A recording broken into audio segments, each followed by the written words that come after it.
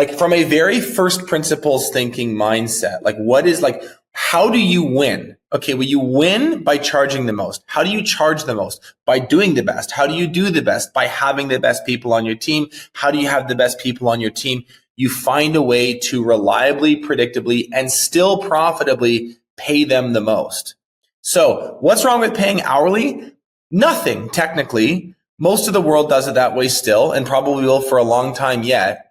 But I have seen enough instances where business owners are just getting very clever. And instead of just saying, okay, well, this project's 100 hours, your hourly rate is $25 an hour, try to do it 100 hours or less. There's no incentive structure. There's no dopamine hit. There's no dangling carrot for that worker. Try your best is ain't doing it. There needs to be a structured approach. So I think that people that are exploring how to do piece rate, which is essentially like find a way to pay your employees in a similar way that you pay your subs so that they make more by working faster.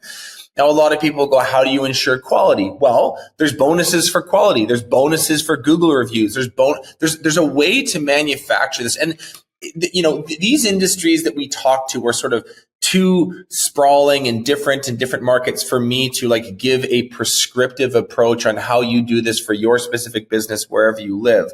But what I can say is that entrepreneurs who are getting on the front edge of this and thinking about how do I and by the way, I should make this distinction. There's two levels of it. So there's like the crew level, which is like, how do I estimate and project plan and project manage and execute work in a way that ties tempo, intensity, and quality and customer satisfaction with payment. Yeah. How do I do that for the crews? And then on another level, it's like, how do I do this for my management staff?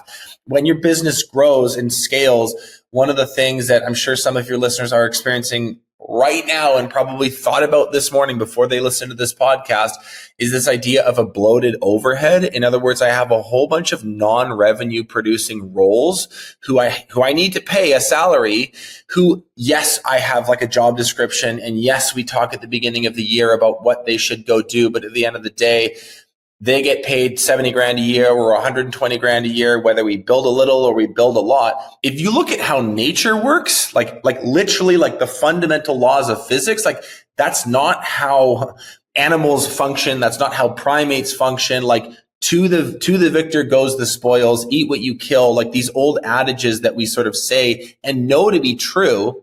We certainly know it to be true in sales. And that sales has operated like that forever because the math is very easy. But when it comes to production, the math is like slightly harder, not impossible, just like needs a little bit more thought. And I see people who are doing that thinking both for their crew level, find a way to incentivize your worker bees to work faster and keep your customers really happy. And then find a way to incentivize your managers, whether they be production managers or marketing managers or whatever, to also think that way.